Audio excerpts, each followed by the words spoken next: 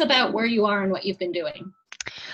Okay, well, I'm in Altus, Oklahoma. So if you're familiar with Oklahoma, it's extreme southwest Oklahoma. We're really close to Texas. It feels like Texas. It's very flat plains. And our population's about 19,000, which is, to me, pretty big, especially when you're talking about rural, but we're really, really, really far from any metropolitan area. And our code club, we started that in March, and we did take a break over the summer just because of staffing and summer reading program, and we are starting back up in September. And we ran about 17, which I was really overwhelmed with at first.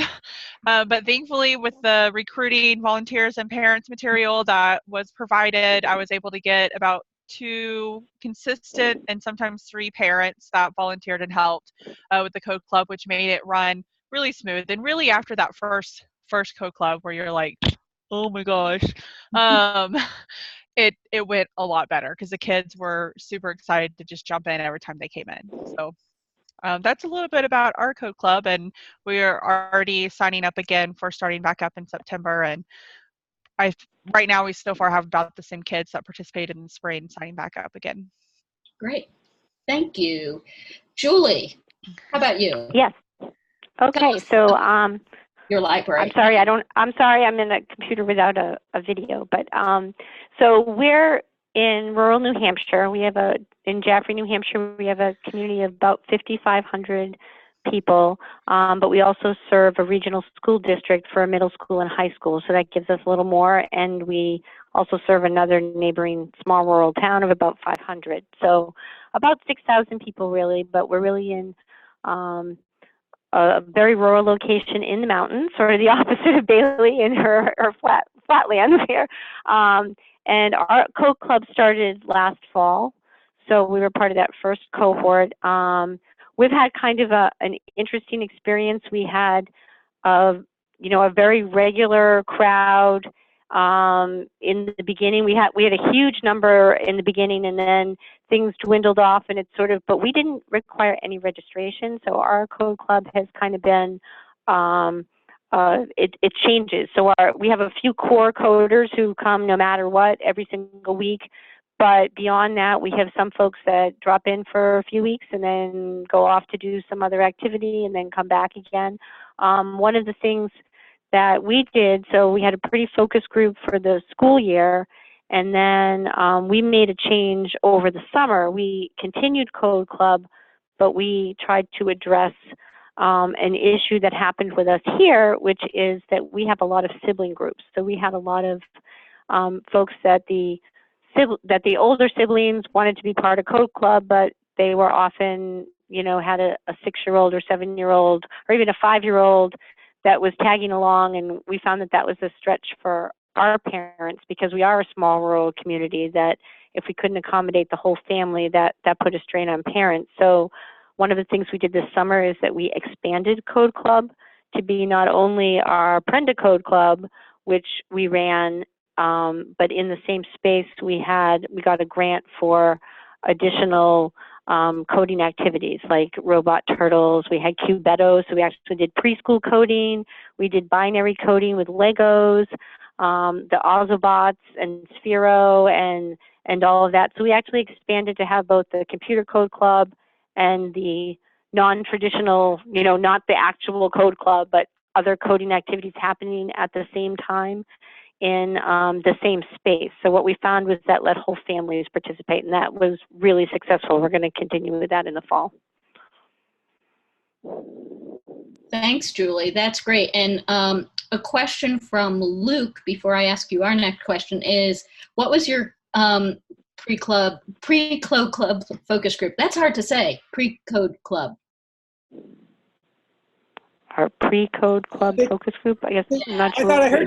I thought I heard you say that, Julie, that you did a pre-code club focus group. Did I hear that wrong? Yeah, I think so. I'm not sure. Okay. Remove the question. We'll make it I could make it up. I can make it sound really good. Exactly. Like, make something up. Luke won't know the difference. Okay, so actually, while not your pre-code club, but tell us about, you and I talked about your peer mentoring and teen assistance. What's that part of your code club all about? That's been a really great thing, and we're really excited we got funding to continue that. So basically, one of the things we've tried to do here with other programming was to have what we called sponsored learning assistance, which is basically teen employees, but we get some outside organization to actually fund their position. So we're not just asking the teens to volunteer, we're hiring them to be learning assistants.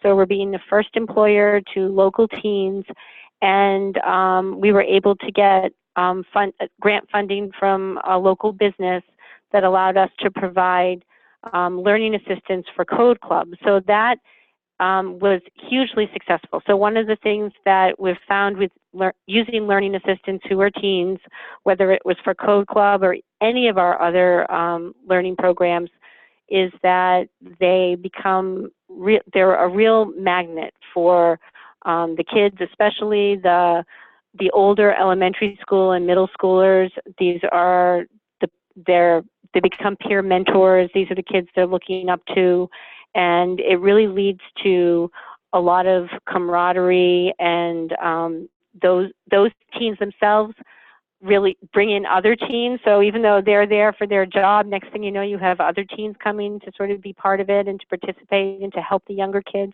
And it's just really, we've been very focused this whole year and going forward on doing everything in a way that's intergenerational. And that's part of why we added that other coding component, because the last thing we want to do is to have a barrier related to age. And having the teen assistants really broke down that barrier for a lot of kids. So it's not just adults, and the teens were really all about learning alongside of them, and they're just non-threatening, and it's a great first job experience for them, and you're just tapping into a whole nother part of your community. So that was really successful, and it's been something that now we've gotten everything from, we had grant funding from a community organization, we've had private donors, we've had business donors. Like, the community loves this model. So if you're not getting teen jobs funded by your community, it might be an untapped resource. I would strongly recommend it. That's awesome. Thank you, Julie. Amy, can you just tell us, hi, I'm glad you got in. Can you tell us where you're from and just a little overview of your code club? Sure. So I am at the Hartman Public Library in Hartland. It's a community of about 3,000 people. We have an elementary school, K through 8. And when our code club started in March, we had a very full room of kids, about maybe 35. It was almost too many for one person, myself. It kind of, as kids realized kind of that they couldn't just play on their computer, it went down to about 20. And for the summer, I've had right around 5 on a continual basis. What's worked really well this summer was talking with the kids. They all wanted to play a game in order to learn how to remix the game. And at first I said, okay, yeah, that's cool. But then an hour later, they were still just playing the game. And so I gave them a time limit of playing the game for 10 minutes and then showing me and their friends how they were going to remix it. And there was a little bit of balking at first, but they came around. And yesterday, oh, I've got to tell you, so they came in and I said, okay, today there's going to be 1 Chromebook and you guys are going to create a game on Scratch. you're going to work together. And so there were a couple of other Chromebooks, so they could just kind of check stuff out and, you know, kind of work it and then go back to the group Chromebook. But at first it was, well, I'm not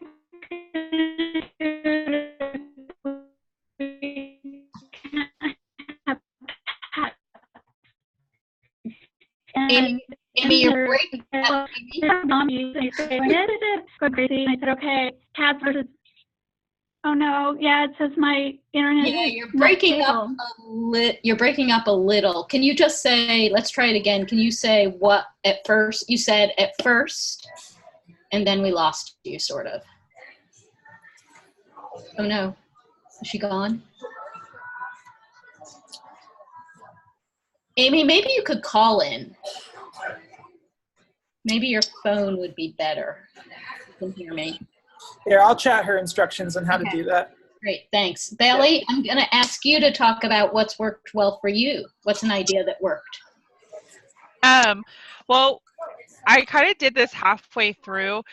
Two things. How we set up the room.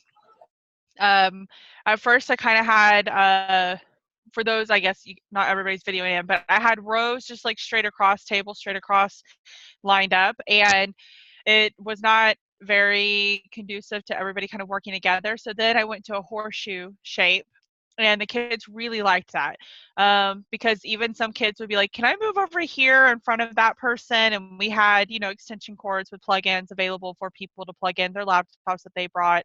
Ours, we had charged and ready to go. So I feel like how you set up the room is really important, and how one inviting and welcoming and conducive it is for them to be able to collaborate together. And then two, about halfway through, we started doing before they would just come in, everybody would sit down and get to work, and there was not a whole lot of conversing with one another. We do have a lot of sibling groups as well. Julie, I believe you said that you guys have a lot of sibling groups, and we do. And so you would see those little cliques, like the siblings staying together, but not a lot of intermingling with one another. So I believe it was after a conversation that I had with you, Linda, about creating kind of that club environment. And so we started doing these like icebreaker type things. So we would all come together, and they were really weirded out with the first time. And I said, okay, guys, you're gonna sit down at your computers. You're going to come together. We got in a circle. And I believe the first one I did was, what was your favorite part about today? And so people kind of start answering what their favorite part of today.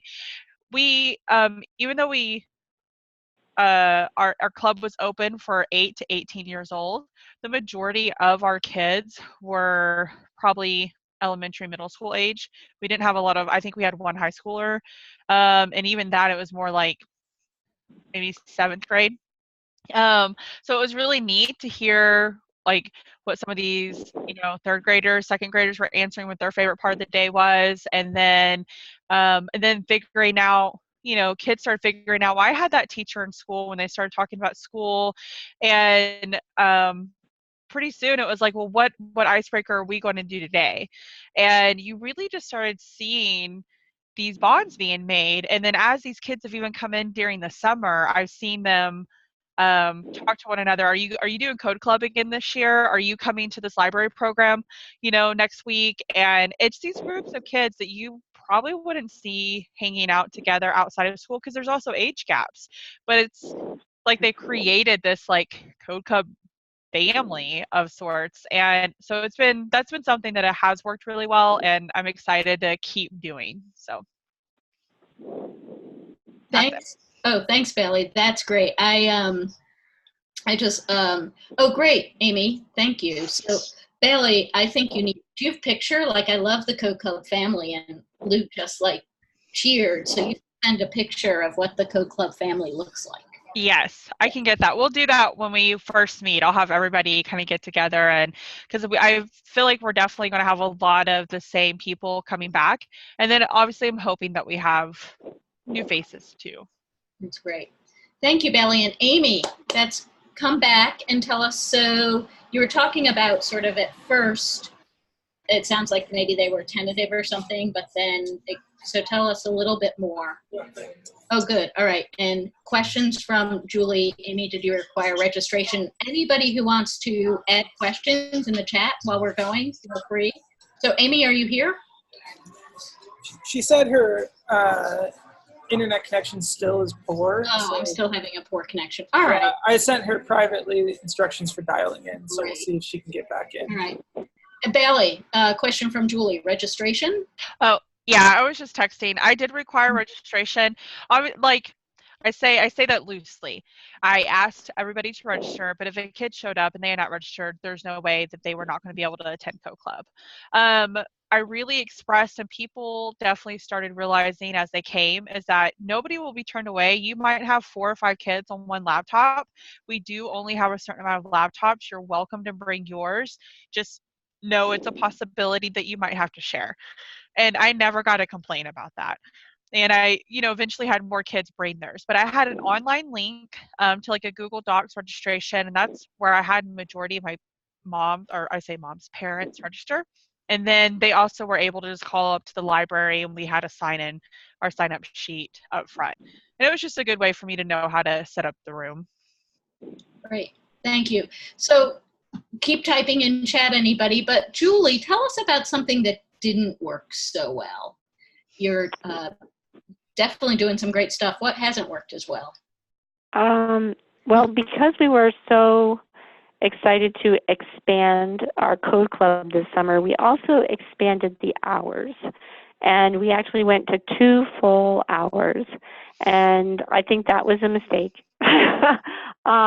It was something that we wanted to, because we were in a different room than we had used during the school year so that we would have a bigger space. So we set things up as stations. And again, we had all these teen learning assistants, so we were able to have, one learning assistant over at the Cubetto and one over at the Ozobots. And, so we had enough staff to move around to a different space, and we wanted to give people plenty of time to, change activities if they wanted to, or, it was an experiment. So we thought, a whole 2 hours, and we did a snack break in the middle. We set, halfway through, we set up the snack table, and folks could take a snack break and all of that. But what we found was that in some cases, we lost some of that club feel, because while we had that group that kind of tended to come and arrive together, parents loved it. Parents loved that there was this 2-hour period, and their kids could come at any time that was convenient for them, because we didn't require registration. We didn't say you had to stay the whole time or anything like that. But it meant that I think we really lost something, because you'd have the folks that started right at 3, and they might be getting ready to go at 4:15 when some other group is just arriving at 4. And so I think we lost some of the camaraderie that we had built earlier. So while those groups, they did, there was lots of camaraderie with whoever was there at that given moment. But as far as that big Code Club family thing that Bailey had, I felt like that big open period was not ideal. So going back into the fall, we're going back to we're doing an after-school snack before Code Club in the same space, and then going to lead into Code Club. And that snack is open to everybody, whether they join Code Club or not. So maybe we'll even bring in some more kids that way who would just get to know each other. So definitely, we had good intentions with the long period, but I think I wouldn't do that again. That's awesome. I love the fact that something didn't work and you figured out why, and then also what to do in order to change it or go back or whatever. That's awesome. Bailey, what did you try that didn't work so well? I need to unmute myself. Trying to do it on my own without a volunteer didn't work so well. And I learned that because I was like, I don't need a volunteer. I can just, run this smoothly. And it definitely helps having volunteers. I'm really interested in, it's Julie who has the teen workers, really interested in how you know, what that would look like and how we could possibly get that going in our library. Because I think that would be huge. And I'm trying to think. It was such a crazy time. I definitely feel like how we set up the room, the way I did it for the first couple weeks, it just didn't work well. You know, none of the kids were talking to each other, and it felt like it was very not. I mean, felt like they were just coming in and being individualized. So I did not create a very like group feel environment at first. So, and I think I was just setting back and kind of being very timid about that. And so, definitely would encourage that you start out with, you know, doing those icebreaker type activities and having more of that club feel. So actually, Amy said something in her chat. So she said that it was hard to do some of the icebreakery stuff, I think, because of kids coming in late. So Julie or Bailey, do you have thoughts about that? Bailey, since you just mentioned it, do you have thoughts? Well, and as you were talking about having it, because I've been thinking about, should we extend our time? Because I feel like kids were like, oh, it's already been an hour. Like, I still have stuff I want to do. And, you know, so, and that's hard to decide. Like, should you extend the time? Do you make it open to just come and go? If you extend the time, are they, you know, to be there and required to stay there? And it sounds like that didn't work, you know, very well for you guys extending that time. So, the icebreakers, it was kind of just like, as soon as we might have had 2 or 3 people that would come in late, and they were pretty consistent coming in late. So when they did, we kind of had this thing where we would say, welcome, you know, whatever their name is. So I would let them know if a new friend is joining us, you know, we're going to make them feel welcomed. And, you know, and since we are a smaller town, most of all the kids knew each other. So he would go and sit with his friends, but everybody had to stop what they're doing and say, welcome, so-and-so. And that's kind of, we didn't like do another icebreaker. That's yeah, cool. well, we did. We had an hour and a half during the school year, and then we did the 2 hours in the summer. So to answer your question, Bailey, if you were only doing an hour, you might find an hour and a half works better. We felt that was a little long, just because during the school year, kids often we couldn't start until 4 in the afternoon because of how long kids are on the bus around here. You know, some kids sit on a bus for an hour or whatever because we're rural.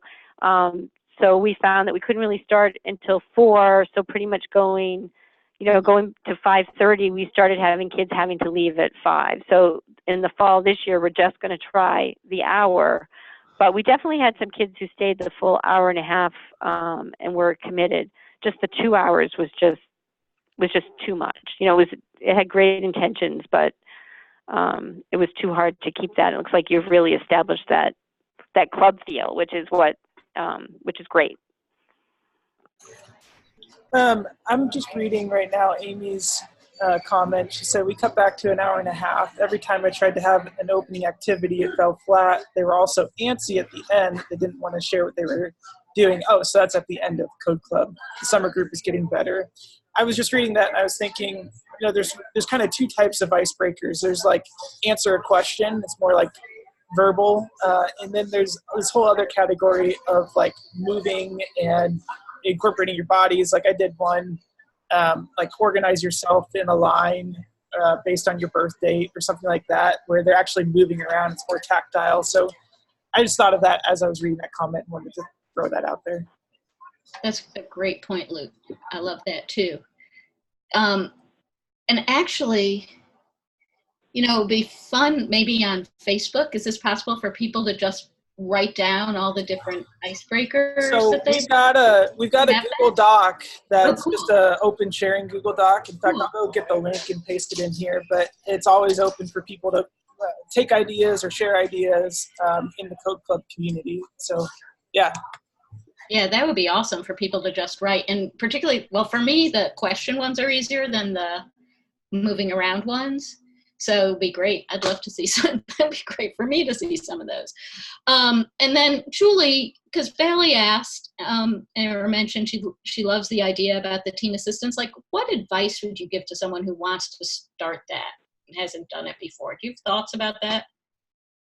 Well, one of the things if you have a lot of teen involvement in your library, that's really what I used to create my first proposal for outside funding for this.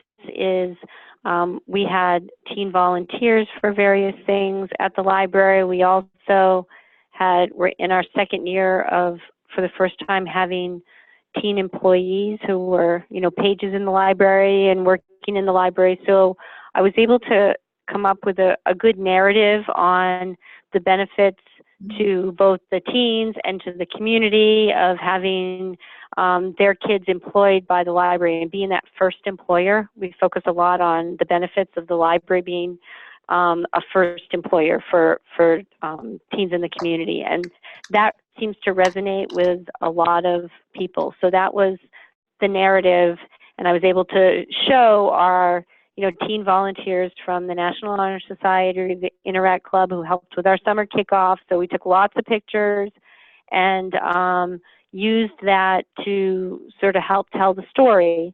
And our first learning assistants, which weren't for Code Club, but for learning programs last summer, so not this past summer, but the summer before, when we had a couple of those, and it was quite literally, I got $1,000 donated. It wasn't huge. It was $500 a kid, included their Social Security and Medicare and all that stuff. Like, we figured out all the serious employee stuff, did the working papers, the whole bit, made it a real job. But the funding didn't come from my municipal budget. It came from a check from this other organization. And then we had those kids it's up on our YouTube channel, they made a video of their experience of being learning assistants and about that opportunity. And that video has been the best marketing tool to other groups of, wow, look at how valuable this is for the library, for these kids, for the entire community, to have teens involved in being learning assistants. And we used that, and that's how we got the future funding. I've actually already had someone, I think we're up to like 5 different groups who have given us funding for this, and we're already fully funded for the next 2 summers, and for Code Club as a result. So that was, getting your teens to tell their own story. They scripted it themselves. We didn't do it. They told the story of their experience. So I think that was key. We made a really fun job application. So even though we still had to use the town's application also, we had our own fun application that allowed them to have a conversation with us. And really, we just had kids coming in this summer going, I want a job at the library. I want to help with summer learning. So it was really great. And we weren't paying much above minimum wage in New Hampshire, which is really low. So they were there for the experience, not the money. So that was great too. Just everyone had so much fun, and really the library staff, even became so benefited from being that kind of family, because everybody had a mentoring role at the library. It didn't matter how old you were. So it was great. That's really awesome, Julie. And Luke has put in the chat links to the video and to the YouTube channel. So thank you. Oh, you're awesome. He's really fast. My Googling skills. Yeah, it looks like you had one from just this summer, 2019, that looks brand new, but I posted that one, but then I went and found the 2018 one also that had a bunch of views and looks like the one that you were referring to. Yeah, that's really great. And Yvonne, I love Yvonne, that's amazing, like what you just put in here between the amount of time that you've done, the time that going from 3 to 2 hours to the learning, but the restlessness of that amount of time. And then the teens who just want to go online. I'm going to say one thing about that and then hear from others. But with I've been talking about this a lot with people, is if anyone just wants to go online and do other stuff, you don't have to force them to actually participate in Code Club, right? It's just there they are if they want to, but that's telling you something, right? Is that if they don't want to do it, then it's not where they're, at least at that time, their interest is. So I'm always just, build the relationship with the teens or whoever. It doesn't have to just be teens, and build the relationship while they're there, but don't worry too much that they're not on task. Okay. That's a hard. That's just a hard thing to learn. We're so trained that you have to be like progressing and you have to be checking boxes off in the software. It doesn't help that the software actually has checkboxes. So we're oriented to think that way, but this goes back to some of our early conversations in these webinars. This is an informal learning environment. This is not school. This is a different way of approaching this. So as facilitators, we really need to break out of that mindset of like, oh, my kid hasn't signed off a task in the last half hour. Are they engaged? Are they interacting with code? Now, I do, draw the line somewhere. If they've literally just played a game for like 5 weeks in a row, then I'll probably have that conversation with them and say, hey, what's going on? How can we get you back on track, back working on something? But it's not my first step. And you're making me think, Luke, too, that, sorry, it's like the noise level here has ratcheted up, but you're making me think that the other thing, thinking about what Julie's doing, is like, are there ways to bring them in to help you facilitate or be assistants or mentors or whatever so that they get. Deputize them. Right, yeah. Incentivize, exactly. I think you told me that, Bailey. I love that.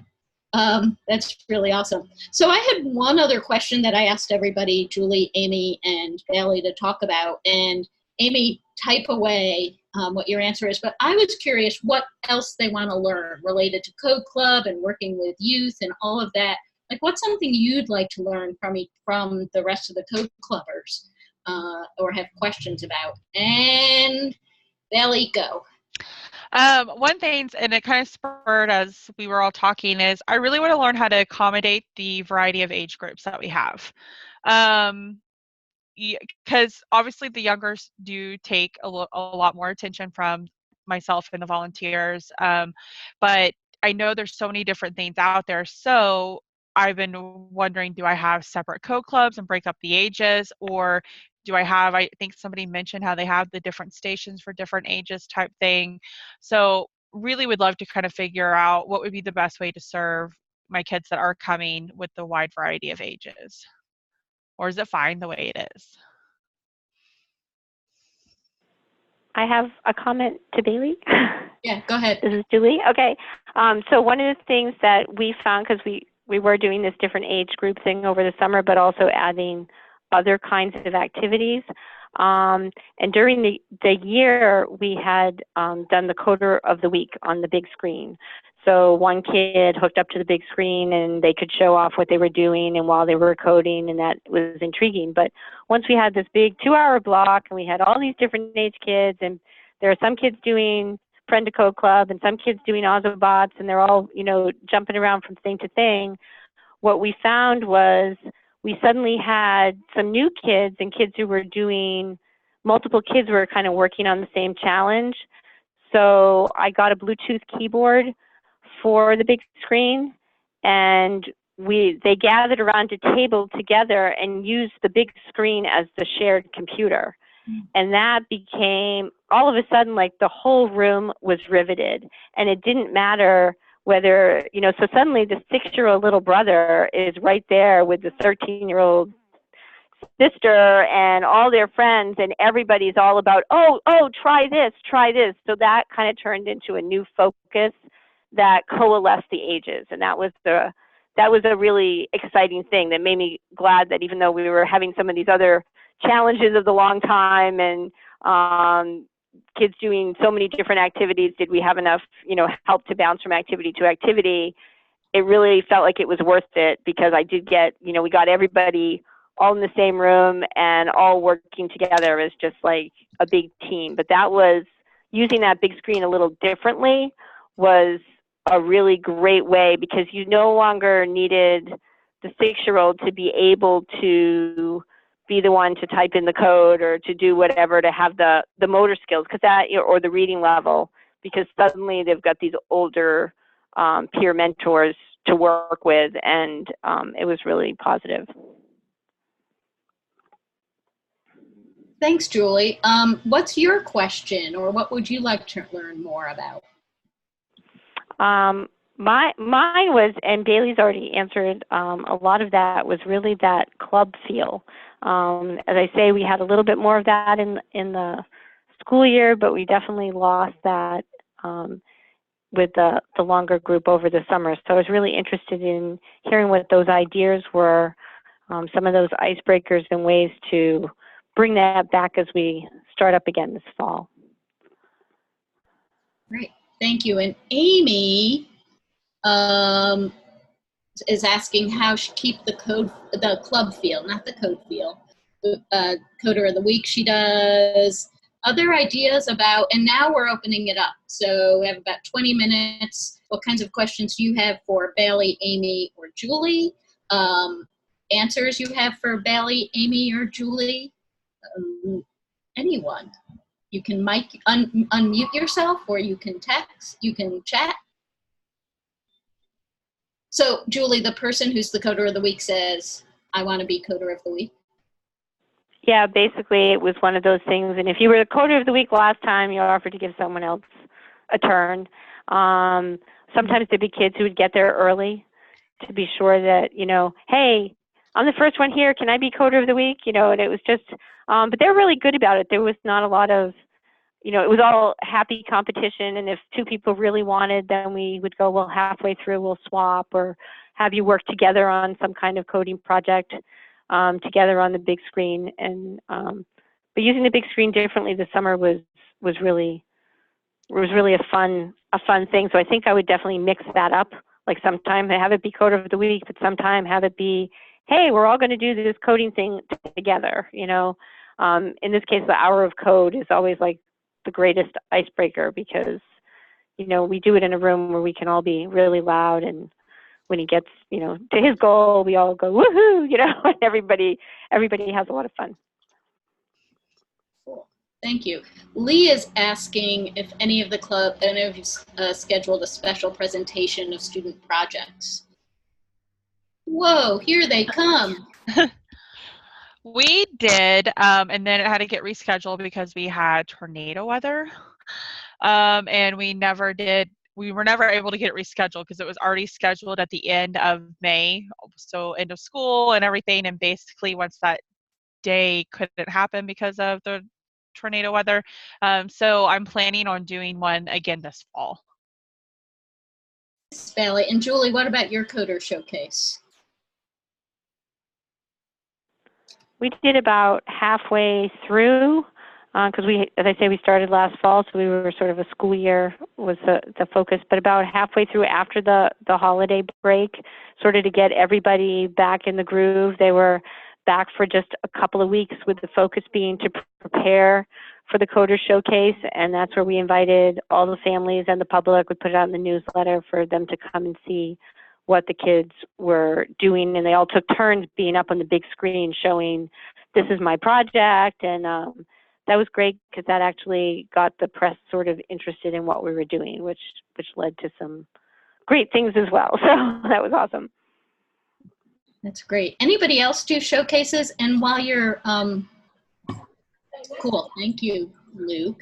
Yeah, I just posted a link in there to a PDF guide, how to organize a showcase event. So if you're interested in doing one, haven't done one, check out that guide. Such a great opportunity for youth to do that. And I have a question for those who have the coders of the week. I know how you guys said you picked them, but then what does it consist of? So like what, if they're the coder of the week, is it just, you announce the coder of the week, or do they get to do something extra special, or what's that look like? For our coder of the week, they get to be the one that basically their computer is hooked up to the big screen.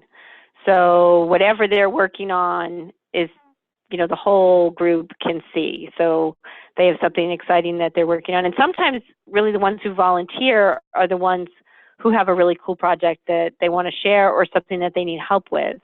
So it becomes more of a group effort. Anybody else? Oh, cool. And Nancy, actually, do you have voice? Because I was wondering more about your when you're talking about the game design. So I was wondering if you could tell us a little bit about that and the showcase. Do you have audio? Can everybody hear me now? Yes. Oh, great. Our kids here are exceptionally interested in game design, and as a matter of fact, when they got to the Scratch components of Code Club, I kind of lost them.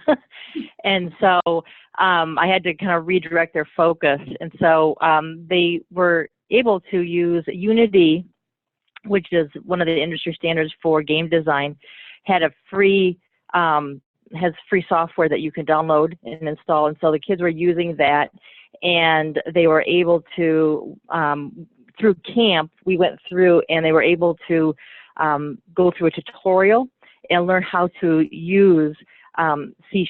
Basically, they were learning how to design in C#. And by the end of camp, they were able to, they had a full-blown VR game that they were able to put onto the computer with their headset on and play the game that they actually created. And so it was a whole lot of fun. They were very motivated. As a matter of fact, as we march into the fall here now, you know, they're still quite excited about it. We'll probably continue to pursue that. Another thing someone mentioned about the mixed groups, we were having a very difficult time keeping our middle school and high school kids engaged. And I was really frustrated with that because we were losing attendance. And so we brought in, we opened it up to our elementary school age kids and over the summer. And it's been actually quite successful. They've been excited about Code Club and coming in. Interestingly, I overlapped the middle school and high school Code Club kids wanted to go 2 hours. They asked me if we could expand our time. And so we did that. And so what I did with the elementary kids is I staggered them for one of the hours of the high school Code Club. And as a result of that, the high school and middle school kids began mentoring the younger ones. And so I thought that was really, really great.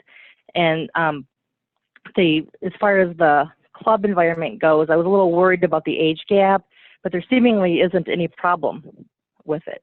So, you know, it's been kind of a fantastic surprise, actually. Yeah, and I hear both sides of that. I think it just depends on the community. Some communities work really well to keep them, you know, 8 to 18, and some work better to split them up.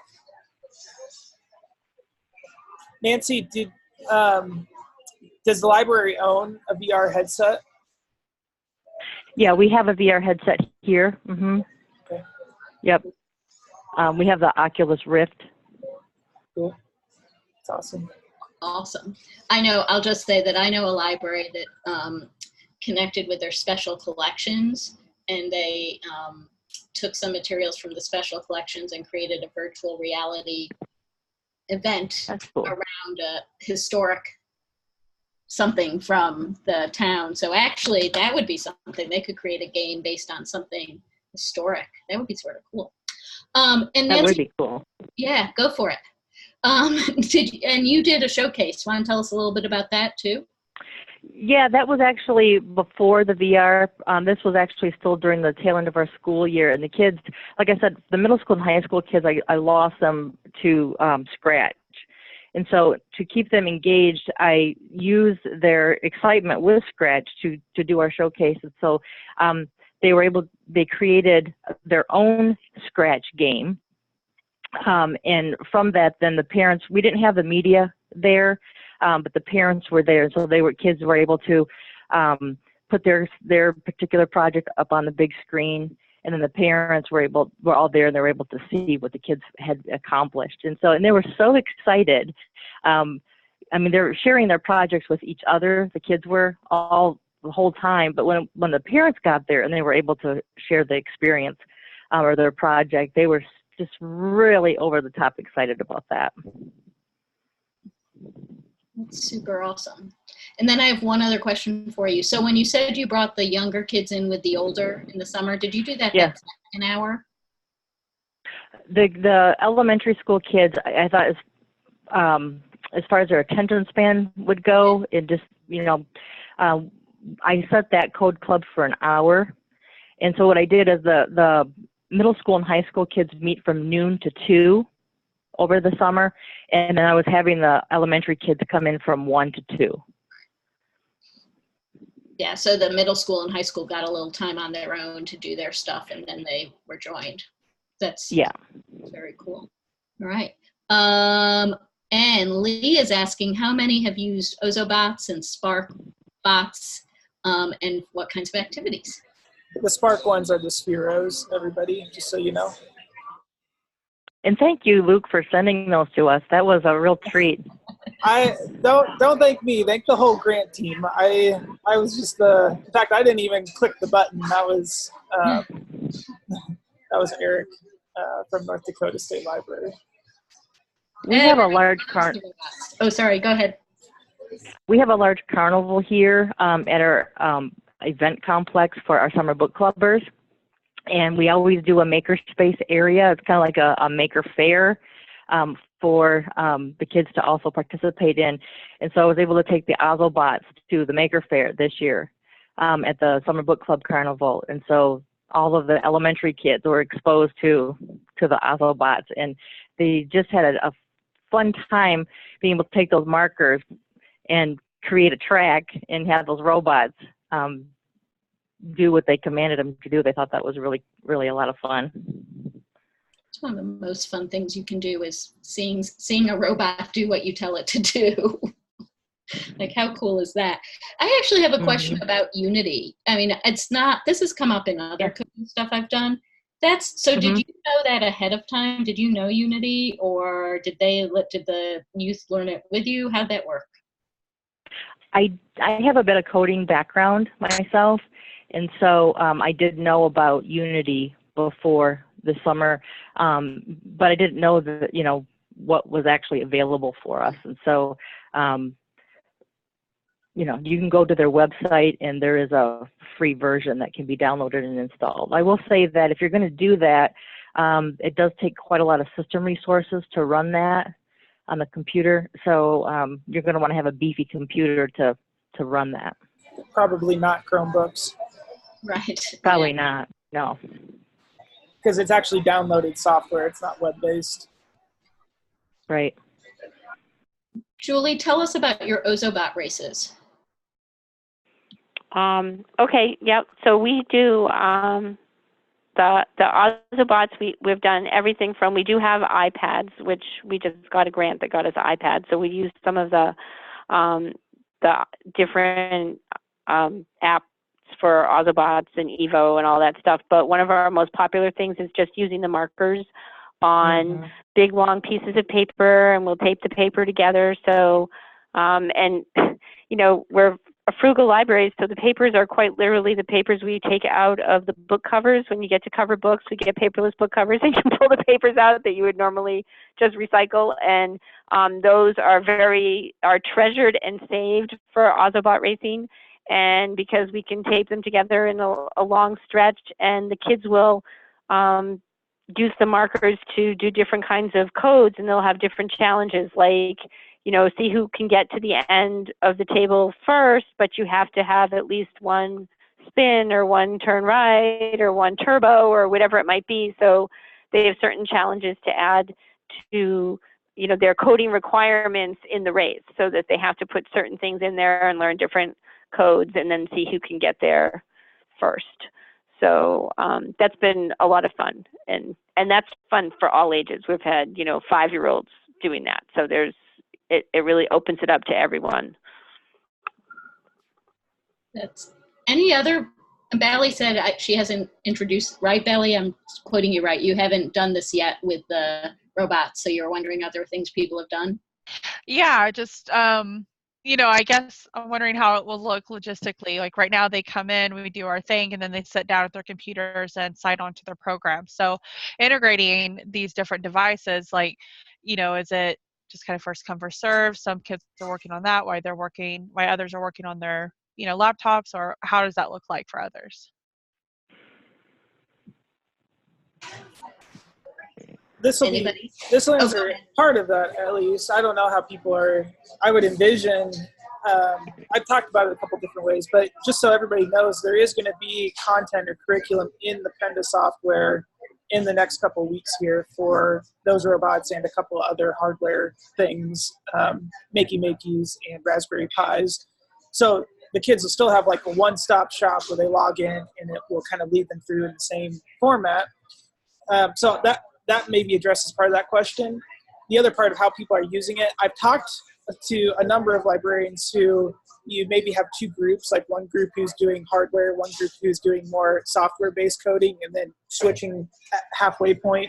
But I could see it working just as well more informally, first come, first serve, or whoever's interested, or something like that. But that's, yeah, I think that's the only input I can provide on that question.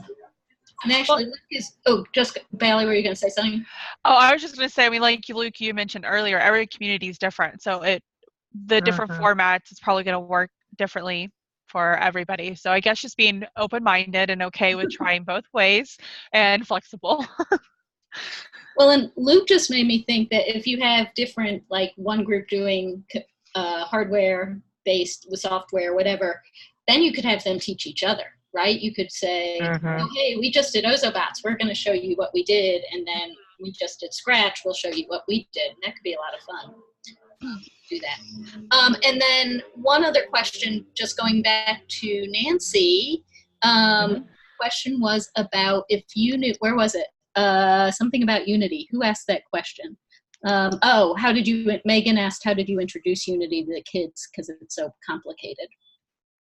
Unity is very complicated, and I took quite a lot of time myself kind of learn that before I even attempted a maker camp. But one of the on the Unity website, they do have tutorials that are all put together that you can use, and that's what I opted to do. So it takes you step by step through that. So even someone who is not comfortable coding in C#, you could actually probably make your way through a tutorial. Great, thank you. And Bailey wants to know, what are your suggestions for screen-free coding board games? Is that question directed at me?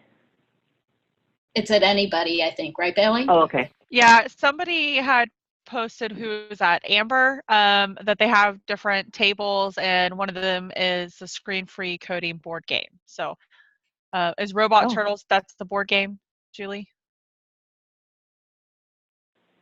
Yes, it's a board game, and it's all different levels, which was really great. We had a teen assistant who became the robot turtle expert, and you can kind of make the game go as easy or as difficult as you want, depending upon the level of people playing it. So it was super flexible. And actually, I mean, we had everything from 5- and 6-year-olds who had to play robot turtles right alongside 14- and 15-year-olds. They were like, it was absolutely one of the most popular things we did this summer was to have robot turtles.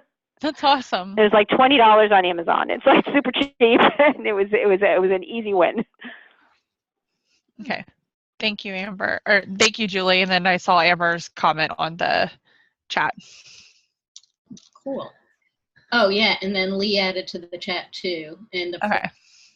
You know, and I can't remember if I've said this. This isn't what's the word I want? This is not a board game, but paper airplanes is a great way to talk about coding and do some of those things, because the steps that go into building a paper airplane and then thinking about how you make it work better and having people fly them and give suggestions is actually a great pre-coding activity. And you've all got paper, I think. That reminds me, we have another resource called the No Tech or Low Tech Coding Ideas, and same thing as the Icebreaker. It's just a collaborative Google Doc that anybody has access to add to. So I'm going to post the link to that. There's a couple ideas there. It's pretty thin so far, but feel free to add other ideas as you think through them. It's just a community resource. There's a bunch of board games I can't think of their names of right now, but I'll add to that. We have a couple of minutes left. Anybody else have questions for each other? Oh, that's awesome, Lee. Whiteboard for Ozoline programs. That's a great idea. Any other questions or for anybody here, Bailey, Julie, Amy, or each other? Oh, Julie says D&D, Matt. You know, you're also reminding me that there's librarians in Arizona at a, I can't remember the name of the reservation. They're on a reservation and they repurposed a story time there, you know, to teach looping. I'll find that video to teach how to that's cool. Coding. Yeah, so they took a story time mat and they just had the youth go through and think about what they were doing and patterns and loops and all that kind of thing. So I'm going to find that video and I'll post it. Was it maybe Ak-Chin? Yes, it was Ak-Chin. Yes. Jeff Stoker. Yeah, he's not there anymore though. He's at our library now. Oh, well, ask him about his story time mat. He'll know who told you about it because I was obsessed with it for a while. Yeah, we poached him here in Mesa Public Library. That's awesome. Somebody, Laura asked about Finch Robots. Laura, I've never heard of Finch Robots. I'll look them up. For now, we're trying to focus on the most widely used robots and hardware. So if it comes to light that those are very popular, then we'll definitely consider adding it to Brenda.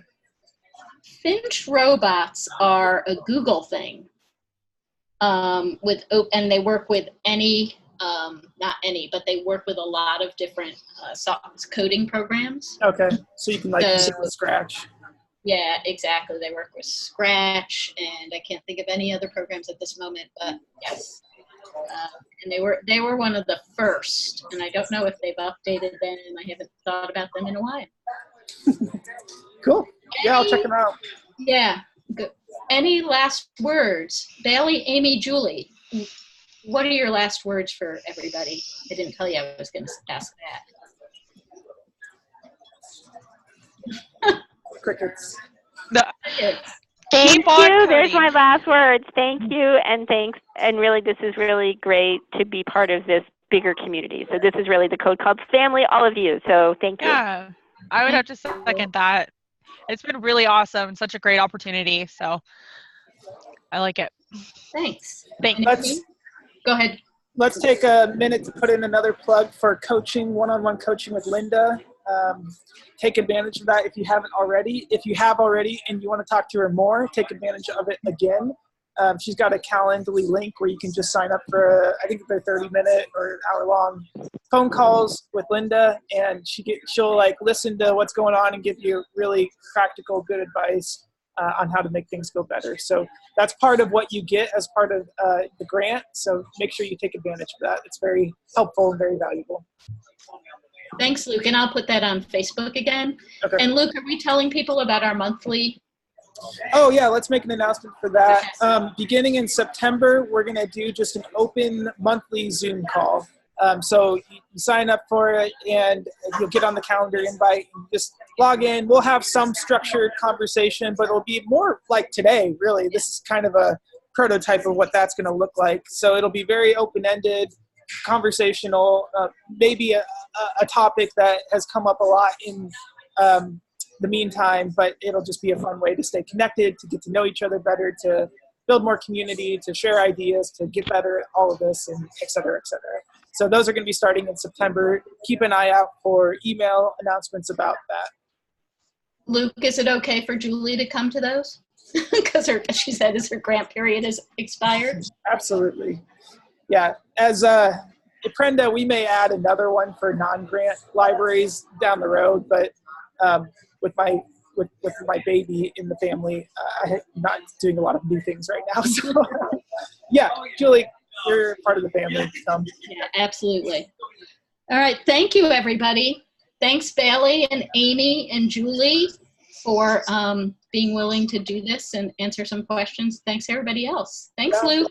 Thanks. Yeah, thank you guys. And the first cohort, a lot of you are coming to the end of your grant. So if we don't talk to you again, thanks for being a part of the grant. We probably will be talking to you. There's some exit surveys and stuff like that we'll be getting from you. But anyway, this has been a blast. It's been amazing. You all are awesome. Let's continue to build something awesome around the country. All right? Bye, everybody. Bye.